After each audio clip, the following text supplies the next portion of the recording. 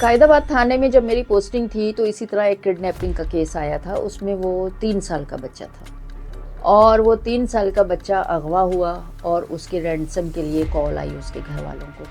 ایسے قائد آباد وہ بھی دن رات محنت کر رہے تھے, ہم لوگ بھی ان کے ساتھ تھے. پولیس کو جہاں جہاں کلو ملتا تھا وہاں پر جاتے تھے اور پھر ایک دن بچے کی لاش مل گئی.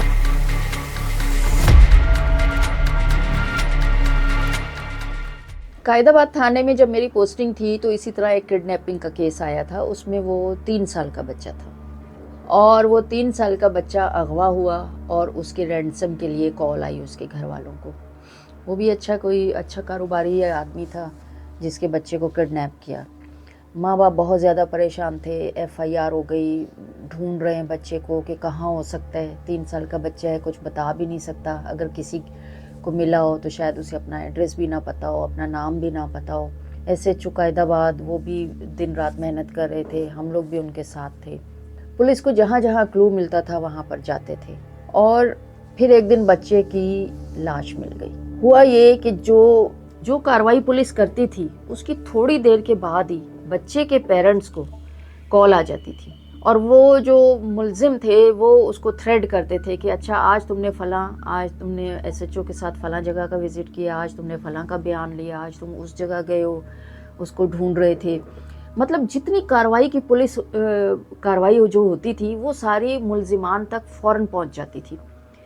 جب اس کو ریٹرن کالز آنے لگی اس بچے کے ماں باپ کو, تو یہاں سے تھوڑا سا پولیس کو شک ہوا کہ یہ کون ہے جو کہ ہماری پوری کارروائی کو جج کر رہا ہے اور آبزرو کر رہا ہے. اپنا دماغ جب چلانا شروع کیا تو دیکھا کہ پولیس پارٹی کے ساتھ جتنی موومنٹ ہوتی تھی اس میں بچے کا باپ یا اس کا کوئی چاچا یا کوئی اور ہوتا تھا, اسی میں ان کا ایک پڑوسی بھی ہوتا تھا اور وہ پڑوسی ہر وقت ساتھ ہوتا تھا, اپنے نمبر بنا رہا ہوتا تھا اور بڑا پریشان نظر آ رہا ہوتا تھا. لیکن جب پکڑا گیا پھر اسی کے اوپر شک ہوا اور جب اسی شک کو آگے بڑھایا تو اور پریشر جب پڑا تو تیسرے چوتھے دن بچے کی لاش مل گئی. اور جب لاش ملی تو ایک عورت کو گرفتار کیا اور اسی لڑکے کو گرفتار کیا جو کہ پولیس پارٹی کے ساتھ ساتھ ہوتا تھا, اس بچے کے پیرنٹس کے ساتھ ساتھ ہوتا تھا. پتہ یہ چلا کہ وہ ان کے پڑوسی تھا اور پڑوسی نے ان کی اچھی حیثیت دیکھ کے اس بچے کو اغوا کیا اور اغوا کر کے اپنی ماں کے پاس لے گیا. اور اس کی ماں نے کسی جگہ پہ جا کے, کسی دوسرے محلے میں جا کے وہاں پہ ایک کمرے کا مکان اس نے کرائے پہ لیا اور اس کمرے کے اندر اس بچے کو رکھا. لیکن مارنا کیوں پڑا؟ 2 دن جب گزر گئے اور بچہ جو ہے وہ اس سے سنبھل نہیں رہا تھا اس عورت سے, ادھر پولیس کا پریشر بڑھتا چلا جا رہا تھا اور پھر اس کے پڑوسی کے اوپر بھی شک ہونا شروع ہو گیا تھا.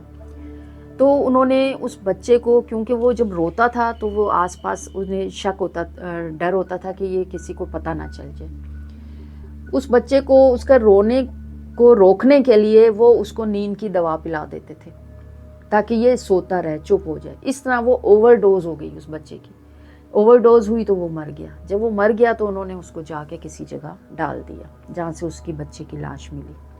بچوں کے اغوا کے کیسز ہم نے بہت زیادہ دیکھے ہیں اور اس میں زیادہ تر جو وہ لوگ شامل ہیں جو بالکل اس بچے کے قریب کے لوگ تھے, یا وہ اس کے اسکول ٹیچر, یا وہ اس کا کوئی ماموں, یا وہ اس کی کوئی پھوپھی, یا کوئی خالہ, یا کوئی چاچا, مطلب کوئی فیملی ممبر اس کے اندر انوالو رہے ہیں بچوں کے مرڈر کیسز میں. ایک کیس پچھلے دنوں ہوا تھا جس کے اندر یہ گلشن اقبال کا کیس ہے, اور بھی بہت سارے کیسز ہیں لیکن اس کا میں خاص طور پہ اس وجہ سے ذکر کروں گی کہ اس میں بچہ کھیلتے کھیلتے اس میں گر گیا, جو نالا بنا ہوا تھا. بچے بال سے کھیل رہے تھے, کرکٹ کھیل رہے تھے, اس میں جب کسی نے ہٹ لگائی تو وہ بال گر کے نالے کے پاس چلی گئی. جو اس کا گٹر تھا اس کا ڈھکن چوری ہوا تھا, کسی ہیروینچی نے نکال لیا ہوگا, تو لوگوں نے کیا کیا کہ اس کے اوپر ایک قالین کا کوئی پرانا سا ٹکڑا ڈال دیا.